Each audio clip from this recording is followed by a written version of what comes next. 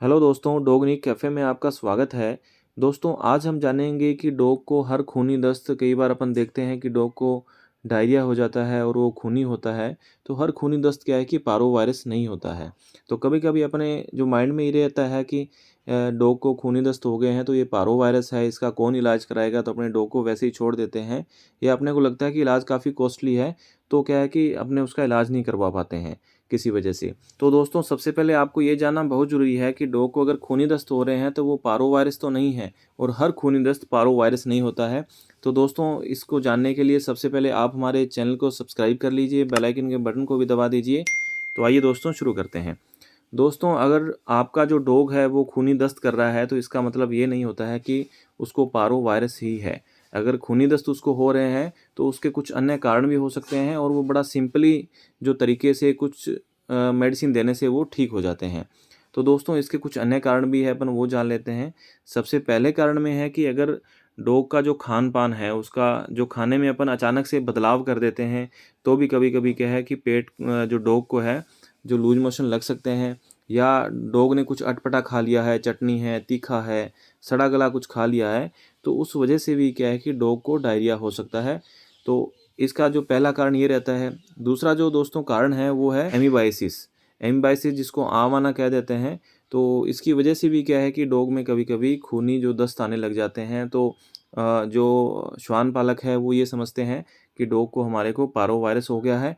तो दोस्तों, जो सबसे पहले तो अपने को ये जानना बहुत ज़रूरी है कि जो पारोवायरस है, पारोवायरस 1 साल तक के जो पिल्ले हैं, जो डॉग हैं उनमें होता है। उनकी जो 3 मंथ से लेकर या उनकी 1.5 मंथ से लेकर उनका 1 साल तक होने के सबसे ज़्यादा उसके चांसेस रहते हैं।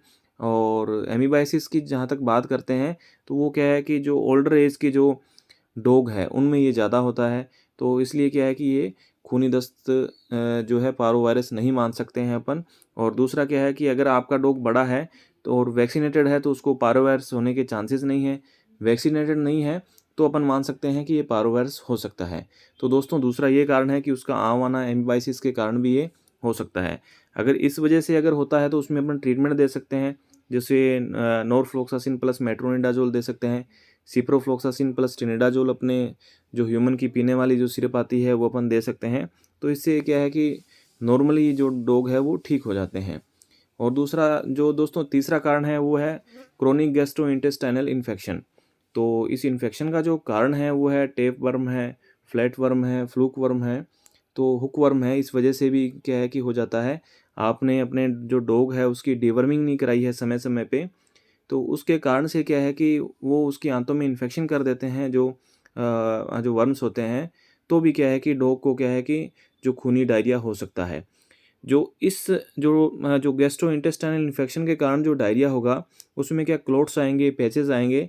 तो और जो पारोवायरस का जो डायरिया होता है वो बिल्कुल पतला होता है, इसमें क्लोट्स टाइप का डायरिया आएगा। और साथ ही क्या है कि गैस्ट्रोइंटेस्टाइनल इन्फेक्शन के अंदर क्या होता है कि डॉग को उल्टी भी आती है, डॉग खाना-पीना भी बंद कर देता है, ये भी अपने को लक्षण दिखाई देते हैं। तो इसमें क्या है कि अपन एक स्टूल टेस्ट अपन करवा सकते हैं, जो अपने जो आम लेबोरेटरी में हो जाता है, तो वहाँ पे अपने को कन्फर्म हो जाता है कि इसके जो पेट में वर्म्स हैं, इस वजह से इसको जो ये डायरिया हो रहा है। और दोस्तों, इस समस्या से बचने के लिए आप अपने पपी या डॉग है, उसकी डिवर्मिंग समय-समय पे करवाते रहें, ताकि इस समस्या का अपने को गैस्ट्रोइंटेस्टाइनल जो इन्फेक्शन है, इस समस्या का सामना ना करना पड़े। और दोस्तों, चौथा जो रीज़न है उसमें क्या है कि कभी-कभी उसका जो रेक्टम है, उसका गुदा-द्वार है, तो वहाँ पे क्या है कि चोट लग जाती है। डॉग कभी-कभी क्या है कि साफ़ जगह ना बैठ के कभी कुछ नुकीली चीज़ या ऐसी जगह पे बैठ जाता है, वहाँ पे इन्फेक्शन हो जाता है।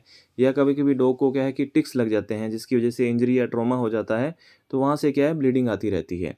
तो अपने को क्या है कि आपको लगता है कि आपने सब कुछ कर लिया है, और सबसे पहले आपको ये चीज़ ध्यान देना बहुत ज़रूरी है कि उसका जो रेक्टम का जो एरिया है उसको आप अच्छे से उसको एग्ज़ामिन करें कि वहाँ पे किसी तरह की चोट या कोई इंजरी तो नहीं है। क्योंकि अगर वहाँ पे उसके रेक्टम के आस-पास के एरिया में वहाँ पे चोट या इंजरी होगी, और जब भी आपका डॉग है जो पोटी करेगा, तो वहाँ की आस-पास की जो मसल्स हैं, रेक्टम के आस-पास की, वहाँ पे उसके प्रेशर पड़ेगा और वहाँ से ब्लड निकलना जो शुरू हो जाता है। और वो अपने जब पोटी के साथ में स्टूल के साथ अपने को ऐसे लगता है कि ब्लड आया है, और अपने उसको पारोवायरस समझ लेते हैं। तो दोस्तों, ये थे 4 कारण जहाँ पे क्या है कि डॉग की पोटी के साथ में ब्लड आता है, और अपने को ये जानना बहुत ज़रूरी होता है, क्योंकि अगर डॉग की पोटी के साथ ब्लड आ रहा है, वह कहीं पारो वायरस तो नहीं है या कोई सामान्य कारण है, तो इसलिए ये आपको ये 4 कारण जानने बहुत ही ज़रूरी थे।